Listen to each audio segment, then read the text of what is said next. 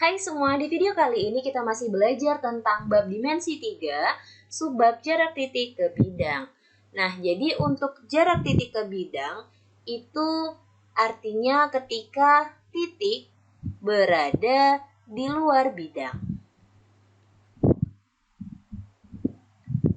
Nah, jadi misalkan di sini kita contohkan ada suatu titik A, kemudian ada bidang alfa. Jadi titik ini, titik A berada di luar bidang alfa. Jadi dia ada jarak dari titik A ke bidang alfa ini. Nah, bagaimana kalau misalnya titik itu terletak pada bidang alfa?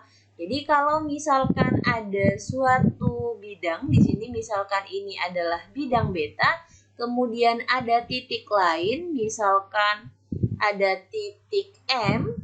Nah, kalau titik M yang terletak pada bidang beta, ini artinya tidak ada jarak di antara mereka. Artinya jaraknya 0 karena mereka titik M dan bidang beta ini berada di tempat yang sama. Jadi tidak ada jarak. Nah, artinya sekarang kita akan menentukan jarak dari titik A ke bidang alfa. Bagaimana caranya? Caranya kita ambil dulu sembarang garis yang ada pada bidang alfa. Misalkan ini adalah garis G. Maka sekarang kita tarik garis yang tegak lurus, jadi hampir sama dengan jarak titik ke garis, yaitu untuk menentukan jarak titik A ke garis G, itu kan kita harus menarik garis yang melalui titik A menuju garis G itu harus tegak lurus. Nah, jadi kita tarik garis di sini dengan syarat ini adalah tegak lurus di titik B misalnya. Nah, jadi jarak dari A ke bidang alfa adalah ruas garis AB. Nah, apakah kita harus selalu garis G di sini? Tidak. Jadi kita G ini hanyalah salah satu garis di bidang alfa.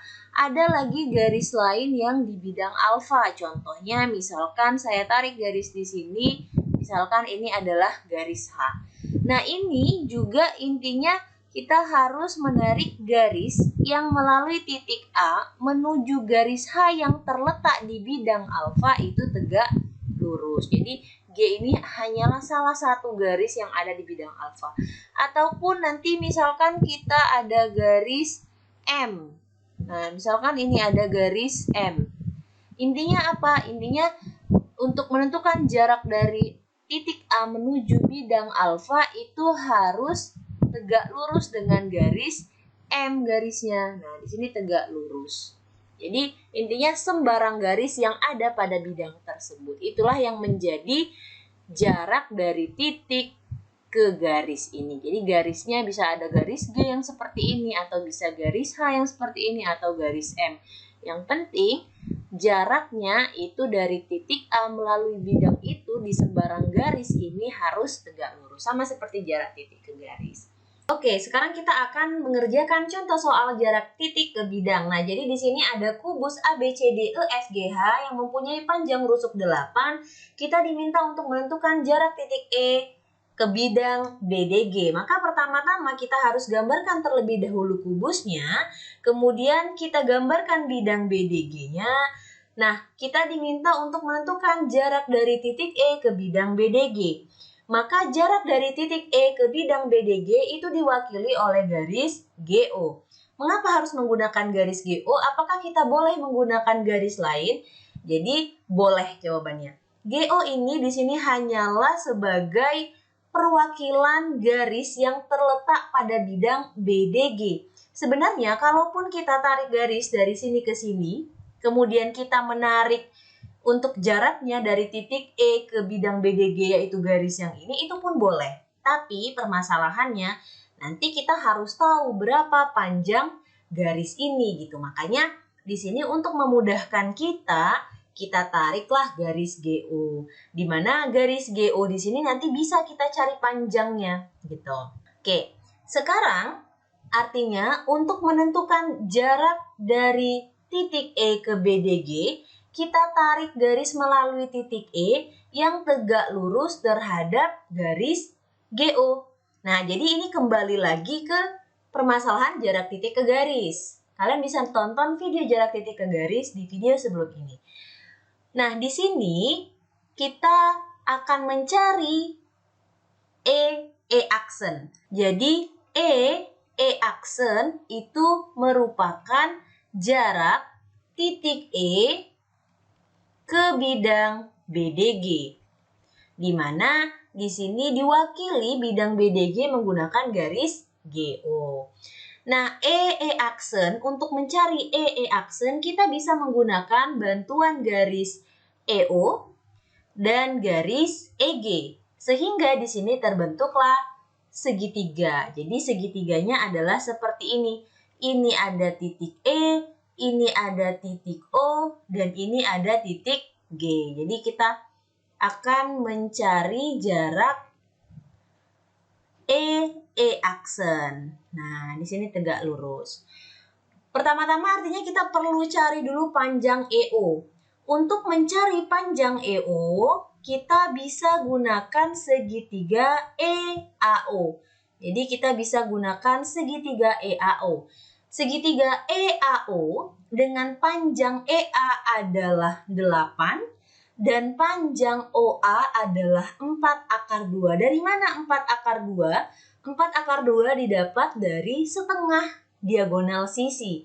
Karena AO adalah setengah dari AC, di mana AC adalah diagonal sisi, yaitu 8 akar 2. Maka setengah dari 8 akar 2, yaitu 4 akar 2. Nah, setelah kita dapatkan EA-nya 8 dan AO-nya 4 akar 2, maka kita bisa menentukan panjang EO. Untuk menentukan panjang EO juga menggunakan Pitagoras, yaitu EA kuadrat ditambah AO kuadrat. Karena di sini yang ditanyakan adalah sisi miringnya.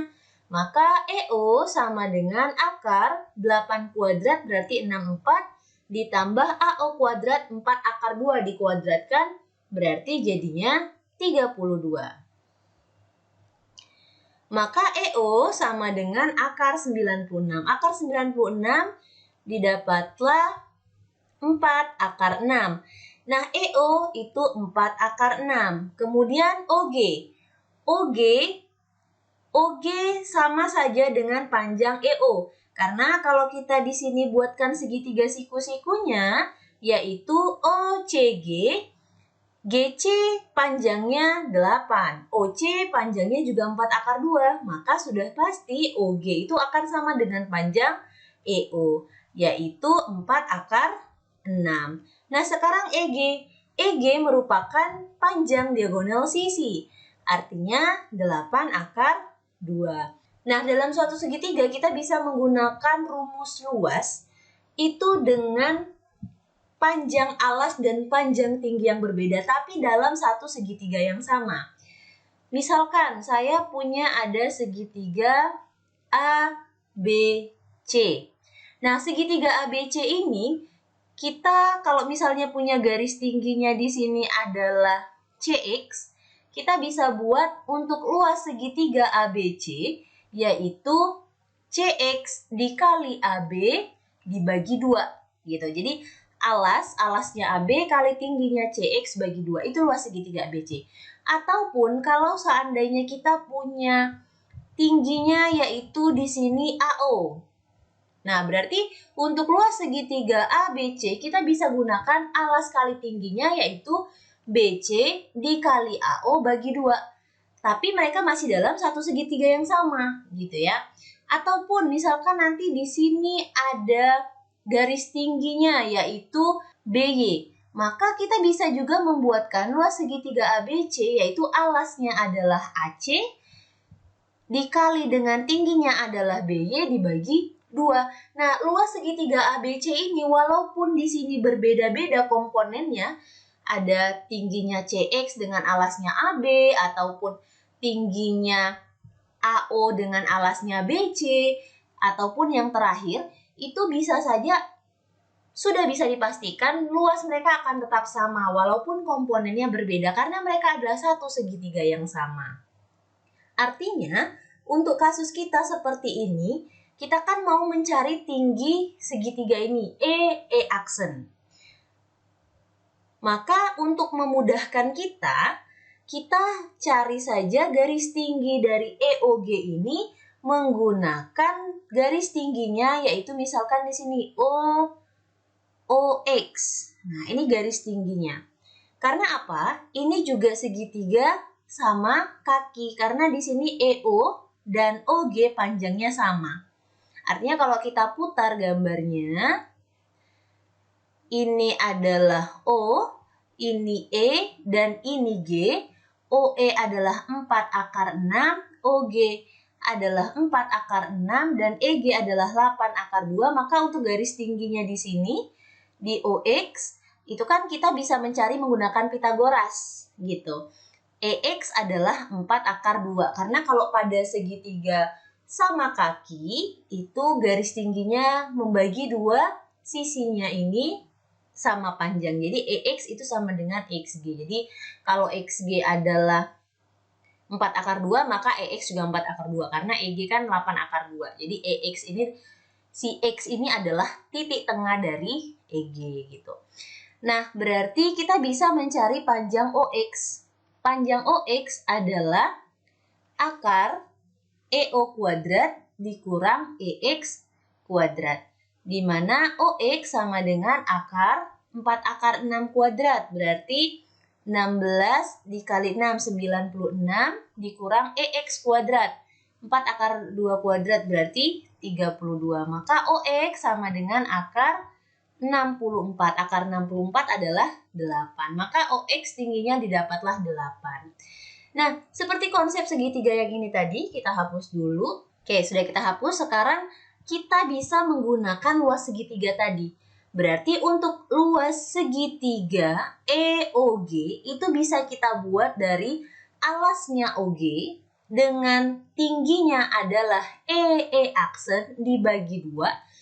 Ataupun luas segitiga EOG bisa kita buat ketika alasnya adalah EG dan tingginya adalah OX dibagi 2. Nah, luas segitiga mereka ini pasti akan sama karena ini adalah satu segitiga, yaitu segitiga EOG. Maka kita bisa samakan jadinya OG dikali EE aksen sama dengan EG dikali OX. Karena kan ini sebenarnya ada per 2, jadi kita bisa coret per 2-nya. Sisanya hanya ini. Nah, OG tadi panjangnya adalah 4 akar 6.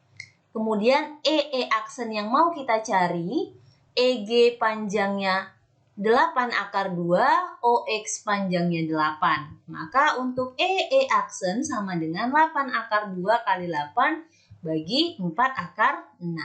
Ini bisa kita coret jadi 2, berarti EE aksen sama dengan, maka ini berarti 16 akar 2 per akar 6. Kita rasionalkan kali akar 6 per akar 6, berarti jadinya 16 per 6. 16 per 6 itu berarti 8 per 3 akar 12. Nah, akar 12 ini bisa kita pecah menjadi 2 akar 3. Berarti 16 per 3 kali akar 3. Ya, jadi kan tadi ini akar 12 dipecah jadi 2 akar 3. Berarti 8 kali 2, 16 per 3 akar 3. Nah, jadi untuk soal ini, kubus ABCD dengan panjang rusuk 8, jaraknya titik E ke bidang BDG adalah 16 per 3 akar 3.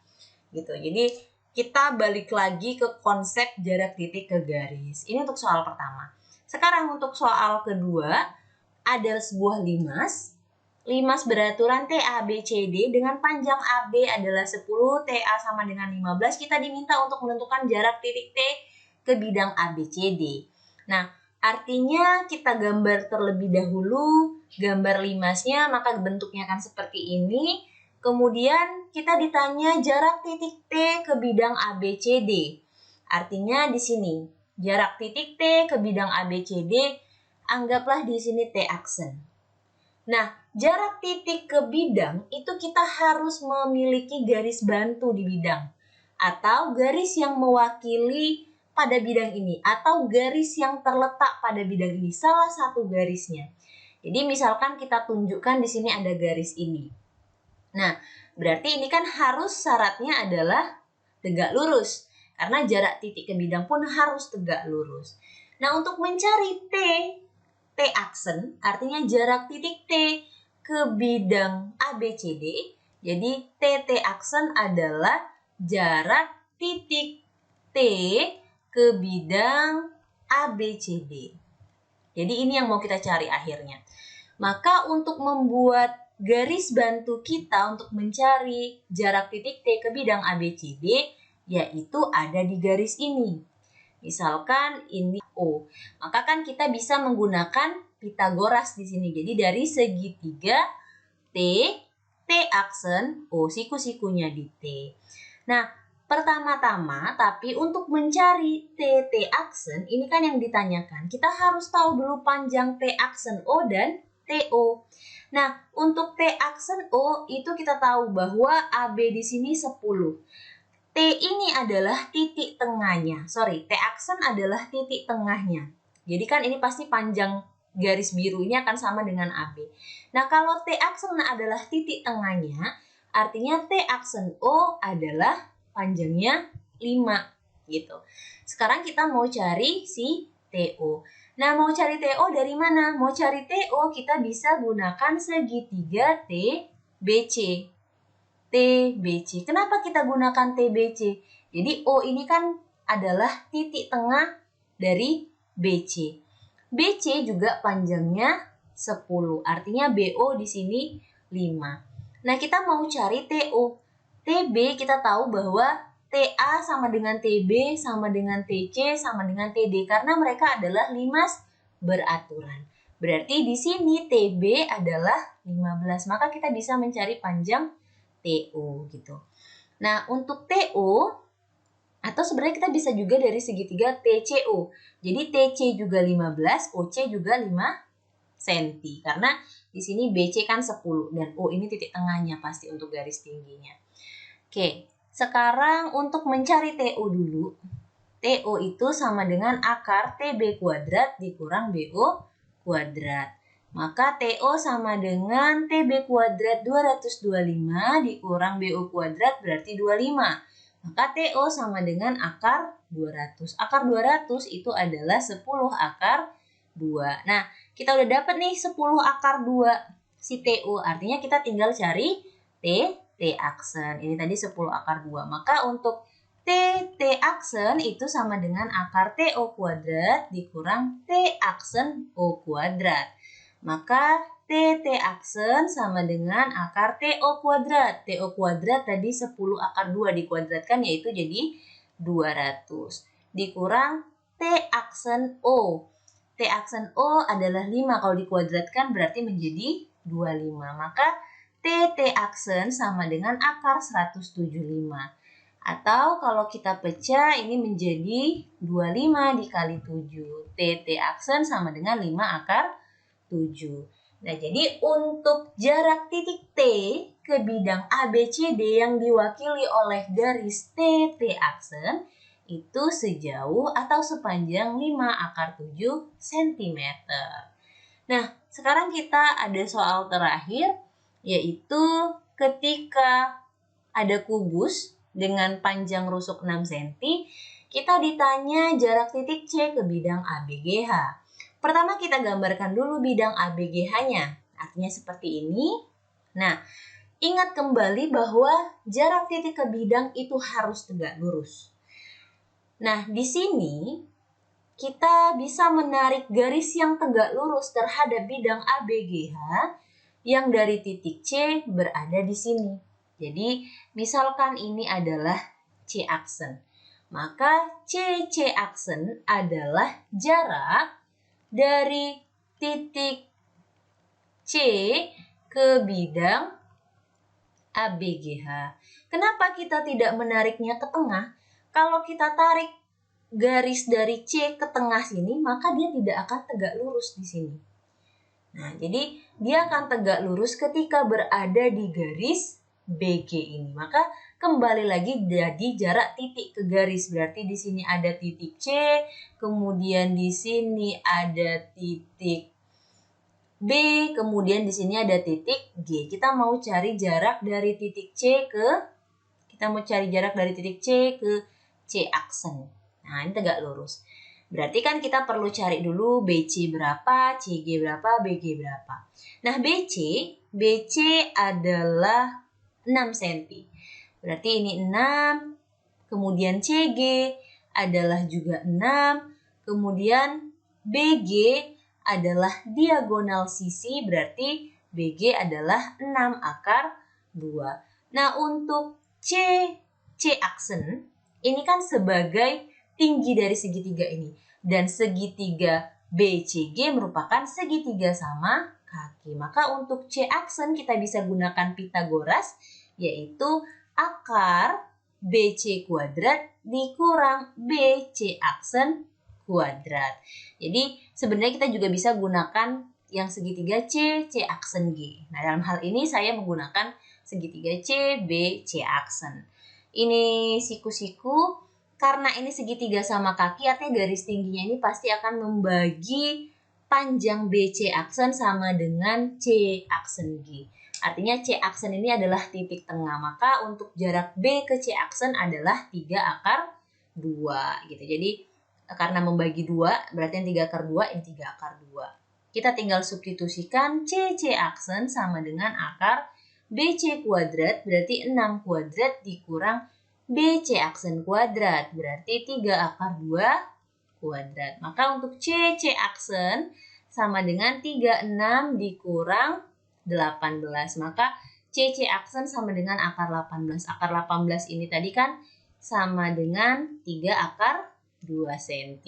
Nah, maka untuk jarak titik C ke bidang ABGH yang diwakili oleh garis C aksen itu sepanjang 3 akar 2 cm. Sekian video kita kali ini, semoga bermanfaat. Sampai jumpa di video selanjutnya ya.